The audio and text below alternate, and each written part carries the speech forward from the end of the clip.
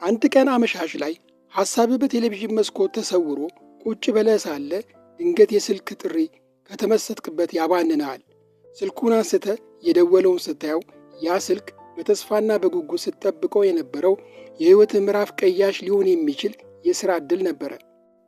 ልብህ እንደ ከበሮ እየመታ ስልኩን አንስተህ ሃሎ ስትል በዚያ ማዶ ያለው ድምፅ እንደ በረከት ዝናብ እየወረደ እንኳን ደስ አለህ፣ የሥራ ዕድሉን አግኝተሃል፣ ተመርጠሃል ሲልህ በዚያች ቅጽበት መተንፈስ እስኪያቅትህ ድረስ ደንግጠህ አመሰግናለሁ ብለህ ስልኩን ትዘጋና በከፍተኛ ሁኔታ ተደስተህ ላገኘው ሰው ሁሉ ደውለህ መናገር ትጀምራለህ።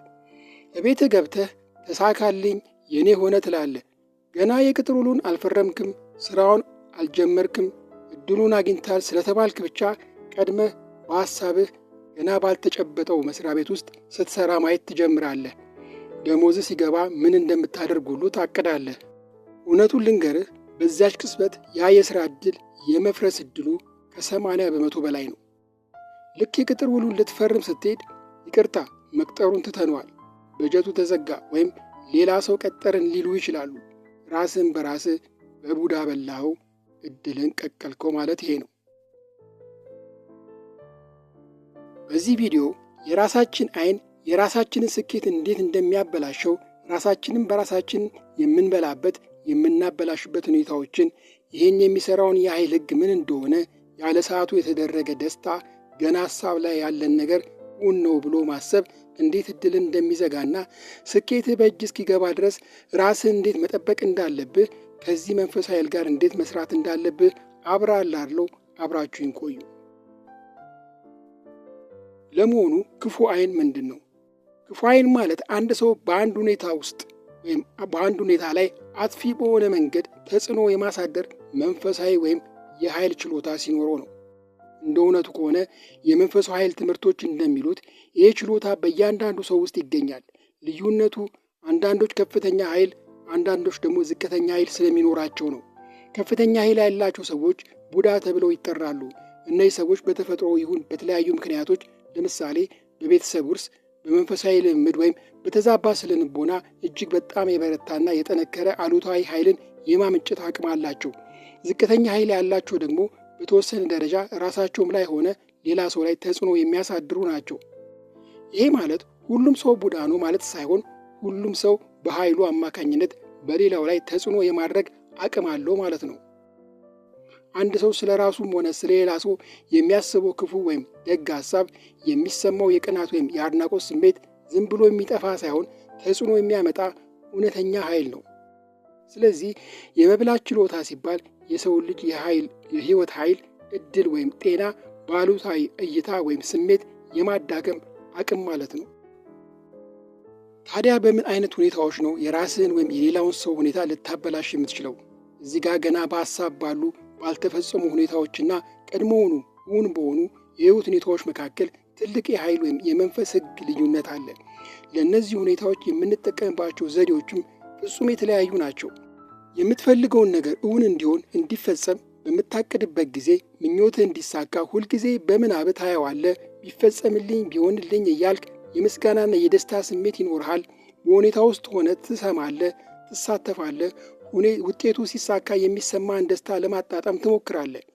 በዚህ ሁኔታ ምኞትህ እውን የመሆን ሂደት ሲጀምር፣ ምኞትህ በኃይል የተሞላ እየተከማቸ ይቆይና በቂ ኃይል ሲያገኝ ከሐሳብ ወይም ከመንፈሳዊ ዓለም ወጥቶ ወደ ቀውሳዊ ዓለም ተጨባጭ ወደ መሆን ይሸጋገራል። ገና ያልተጨበጠውን ነገር ወይም ዕድል ለጓደኛሽ ይሁን ለዘመድሽ መናገርም በጣም አደገኛ ነው።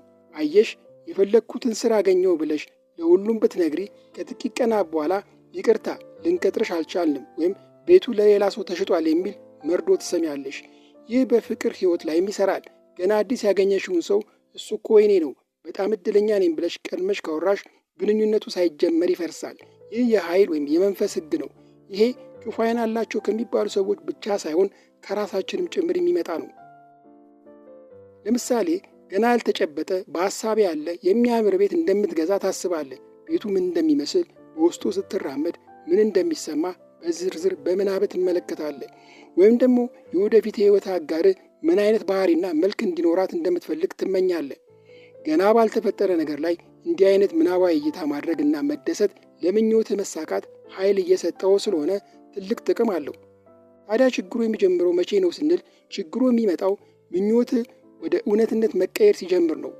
ቀደም ሲል በጠቀስኩት ምሳሌ ላይ እንዳየነው የምትፈልገው አይነት የሥራ ቅጥር እድል መጥቶልህ ገና ውሉን ሳትፈርመውና ስራውን ሳትጀምረው እድሉን ስላገኘ ብቻ ቀድመ በከፍተኛ ሁኔታ የምትደሰት ከሆነ እቅዱ የመፍረስ እድሉ ሰፊ ነው። የዚህ ምክንያቱ ሐሳብ ገና ያልተጨበጠውን ያላሳካኸውን ነገር እንደተጨበጠ እውን እንደሆነ አድርጎ ስለሚቆጥረው ያንን እድል ለማሳካት የሚያስፈልገውን መንፈሳዊ ኃይል ያቋርጠዋል። በዚህ ጊዜ ነው ይህን የሚፈጽመው የኢነርጂ ሕግ ክፉ መንፈስ ብለው ብቻ ጣልቃ ገብቶ እቅዱን የሚያበላሸው። ማንኛውም ነገር በሕይወታችን እንዲያድግና እንዲበቅል ኃይል ያስፈልገዋል። ያ ኃይል ደግሞ ትኩረት ነው። አንድ የምንፈልገውን እድል ሲመጣ ትኩረታችንን በሙሉ በሱ ላይ ብቻ ስናደርግ ኃይላችንን ወደፊት ከማፍሰስ ይልቅ እዚያው ቦታ ላይ እናፈሰዋለን። ልክ እንደ መኪና ፍሬን እንደመያዝ ማለት ነው።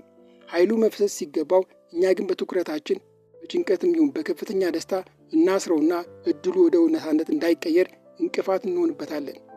እድል እንዲሳካ የመልቀቅ ጥበብ ያስፈልጋል። ራስን በራስ ቡዳ መሆን ማለት ነገሩን ሙጭጭ አድርጎ መያዝ ማለት ነው። አንድ እድል ሲመጣልህ እድሉ ያን ያህል አይደለም፣ የተሻለ ሊመጣ ይችል ነበር፣ ግን ለጊዜው እስኪ ይችል ልጠቀምባት ብለህ ስታስብ ነገሮች በተሻለ መንገድ ይሄዳሉ። በዚህ ጊዜ የራሳችን ይሁን የሌላ ክፉ ዓይን አይከሰትም። ነገሩ በእጅ እስኪገባ ድረስ እንደማያክሰው መሆን አለብህ። እድሉ መጥቷል፣ ግን ገና አልተረጋገጠም ብለህ ራስን ስታሳምነው አእምሮ ሂደቱን ለማጠናቀቅ በንቃት መስራቱን ይቀጥላል። ምኞትህ ገና በመንፈሳዊ ዓለም በሐሳብ ደረጃ ካለና ወደ ቁሳዊ ዓለም ካልመጣ የፈለግከውን ያህል በምናብ እየው፣ ተደሰት፣ ዝለል፣ ውጤቱን አስበው። ይሄ ምንም ጉዳት የለውም። ነገር ግን ልክ ምኞትህ እውን መሆን ሲጀምርና እድሉን ስታገኘው አሰራሩ ተቃራኒ ይሆናል። ያኔ ውጤቱን በምናብ ማየት ማቆም አለብህ። ተፈጸመ እፎይ ብለህ መተንፈስ የለብም። ልክ ተፈጸመ ብለህ እንደተነፈስክ የደስታ ስሜት እንደተሰማ ድብቆ አእምሮክ ሂደቱ እንዳለቀ ይቆጥረውና ፋይሉን ይዘጋዋል። ከዚያ በኋላ ሂደቱ ወደፊት አይሄድም። ይህ ተፈጥሯዊ የኃይል ሕግ ነው። በማንኛውም ሰው ላይ ይሰራል። በዚህ መንገድ የራስንም ሆነ የቅርብ ሰዎችን እድል ልታበላሸው ትችላለህ። ከዚህ ሁኔታ ሙሉ ለሙሉ መላቀቅ ባይቻልም ነገር ግን ኃይሉን መቀነስ ይቻላል። አንተ እንደዚህ አይነት አሉታዊ ችሎታ እንዳለ ካወቅ አንድ ሰው ስለ ስኬቱ ሲነግርህ ትኩረትን በከፊል ወደ ሌላ ቦታ አዙር። ለምሳሌ በመስኮት ወደ ውጭ ተመልከት፣ ወይም በልብ ሌላ ነገር ማሰብ ጀምር። ትኩረትህ ከተከፈለ ሙሉ የኃይል ፍሰትህ ወደዚያ ሰው ስለማይሄድ ክፉ ዓይን አይከሰትም። አብረኸው የምትኖረው ሰው ለምሳሌ የትዳር አጋርህ ወይም አጋርሽ የዚህ አይነት ኃይል ያለው ቢሆንና ስለ ዕቅድህ መናገር የግድ ቢሆንብህ ምን ማድረግ አለብህ? ለምሳሌ ለሥራ ጉዳይ ወደ ሌላ ቦታ መሄድ ካለብህ ለትዳር አጋርህ ሳትናገር ዝም ብለህ ልትጠፋ አትችልም።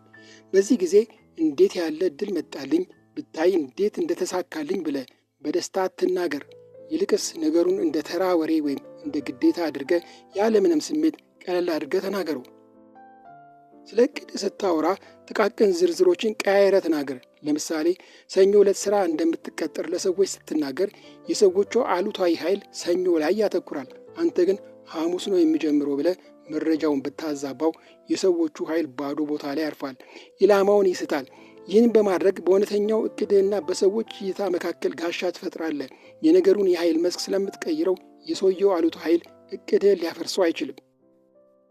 እንግዲህ አንድ የተመኘው ነገር ወይም አዲስ ዕድል ወደ ሕይወትህ ሲመጣ የሚከተሉትን ነጥቦች አስታውስ። ጉዳዩ ሙሉ ለሙሉ ተፈጽሞ በእጅ እስኪገባ ድረስ ለዘመድና ለጓደኛ አታውራ። ዝምታ ኃይልን ይቆጥባል። ቀድማ አትደሰት።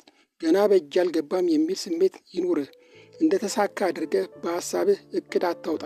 የጥርጣሬ ጨው ጨምርበት። ለራስህ እንዲበል ዕድሉ መጥቷል፣ በጣም ጥሩ ነው፣ ግን እንደሚሳካ እርግጠኛ አይደለሁም፣ ምናልባት ላይሆን ይችላል፣ እስኪ እናየዋለን። እንዲህ አይነቱን አነስተኛ ጥርጣሬ ኃይልህን ሚዛናዊ ያደርጓል።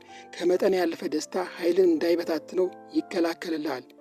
ዕድሉ በእውነት ያንተ መሆኑን የምታውቀው ሁሉም ነገር አልቆ በእጅ ሲገባ ብቻ ነው። ስኬታማ ለመሆን እንደ ንፋስ መሆን ያስፈልጋል። ንፋስ አይታይም፣ አይጨበጥም፣ ግን ትልቅ ኃይል አለው። ዕቅድህ በእጅ እስኪገባ ድረስ እንደ ንፋሱን አትታይ፣ ዝም በል። መረጃዎችን በማዛባት ዓላማህ እንዳይታወቅ አድርግ እያልኩ እናንተስ ገና ሳይሳካላችሁ ለሰው አውርታችሁ የተባላሸባችሁ ነገር አለ? በኮመንት አጋሩኝ። ሰላም።